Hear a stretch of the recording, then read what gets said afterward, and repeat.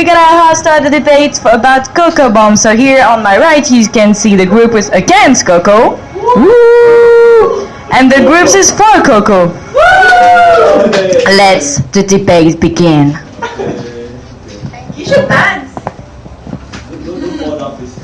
They're performing, right? Yeah, it's just a natural performance. Yeah, naturally in my body. Careful of the drink, not the mic. So shall we start now? Yes. Of course,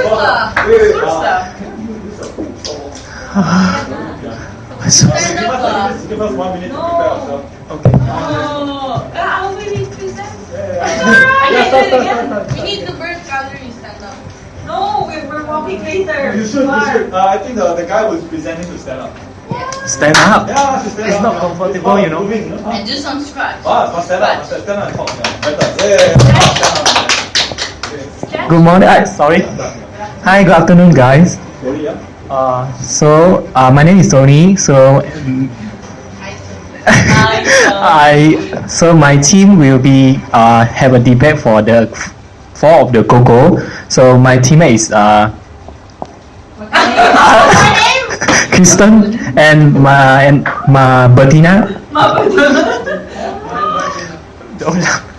Okay. Sorry, it's okay. Okay. So today I will talk about the cocoa. So first we should know what is the cocoa is, right? So cocoa actually is the short form of the contingency convertible bond. So on another name is contingency capital. So what is the cocoa actually, and where is the cocoa come from? The cocoa come from the European zone when in 2008 they have a financial crisis. So a lot of bank and company were facing the difficulties in financial issues. So in order to help them prevent that repeat of the financial difficulty, so the cocoa will come out after 2008 financial crisis to give a bank an extra layer of protection. So and what is cocoa? Cocoa actually is a new form of hybrid capital security that will automatically will convert the bond into share or even equity. So but when the certain conditions are met, but if some of the conditions are not met, so the conversion will not be triggered, and the bond or the debt will be redeemed in maturity. So how the cocoa does it work? So the bond will allow the bank to skip the interest payment and even written off if the bank have the financial difficulties. Maybe those of people who invested on the cocoa bond they may bear a losses, but in the return of the taking that particular risk, their interest payment maybe get higher, a certain like 77% compared to other normal bond like maybe only around 1%.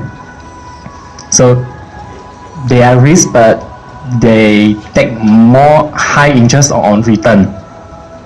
Okay, so for me, why I say the cocoa goods, because the cocoa good is they high in return, and they also give more opportunity for investor to earn more money. Another one is reduce the bank debt and boost up the capital.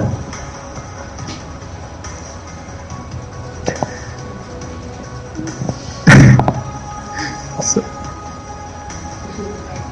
yeah, argument.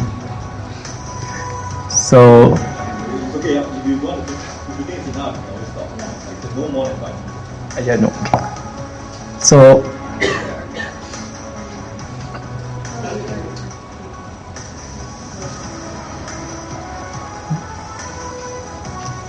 why you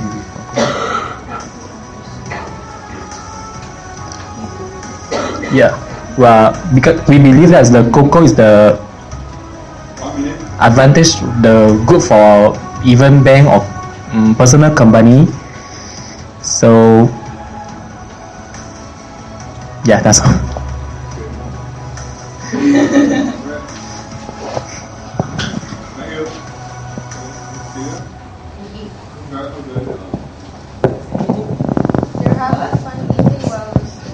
Yeah, every time I see Bakery, it's like, Hey, I'm happy, really. I'm doing all work. I'm skipping time and all that. This. Are you ready to start? So good afternoon again, everyone. So I'm in the against side, and with me is Cassandra, Mule, and Chado, and we are the against team against Coco. Basically, Tony already said what Coco is, and I would just like to add more information that makes it easier for us to prove that it's wrong or it's a bad investment. So contingent convertible bonds are designed to address the too big to fail risk. Basically, they were designed after the financial crisis during the year 2008, especially with the crisis that happened or the bankruptcy that happened to the Lehman Brothers Bank. That's when Coco started. So basically, this is like their firewall. This is a safety zone. That's why they provided Coco. It may be good for banks because they are the issuers of these COCOs, especially European banks. But in the point of view of an investor, investors are now deceived by Coco because they give high interest during times that the market is good. But what if the market is not good?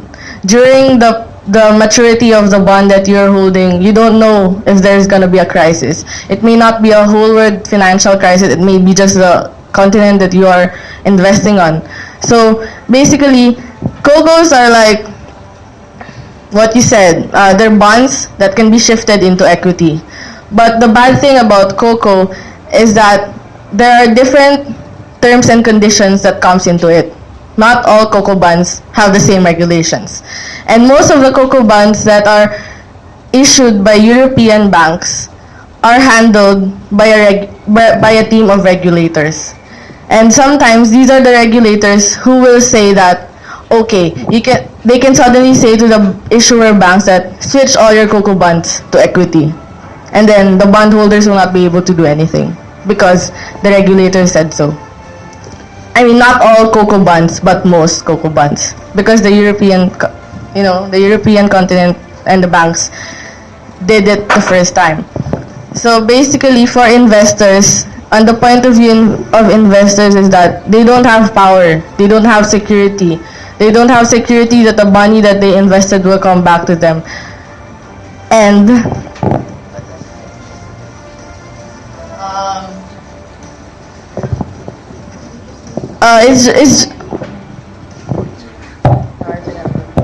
I think that's the argument for. 2 minutes. That's fine. Yeah.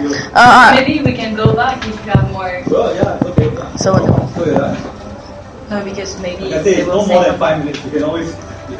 no, I would just like to add like a statement that made 2 more minutes. COCO like not a good idea to invest on a COCO bond, because COCO bonds are similar to what we've studied as preferred stocks or shares.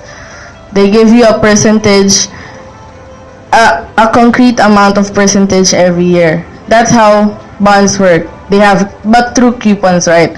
So, but shares have more security for the investors, because even if the company is earning or not, I will receive, for example, 8%. So, but for COCO, if the market goes down, what will happen to me? I'm a shareholder. And for example, if the bank closes down, we all know that the shareholders are the last priority to give out money. So what if there's no money because it went bankrupt? So I will not have anything in return. 1 minute. Done. Okay.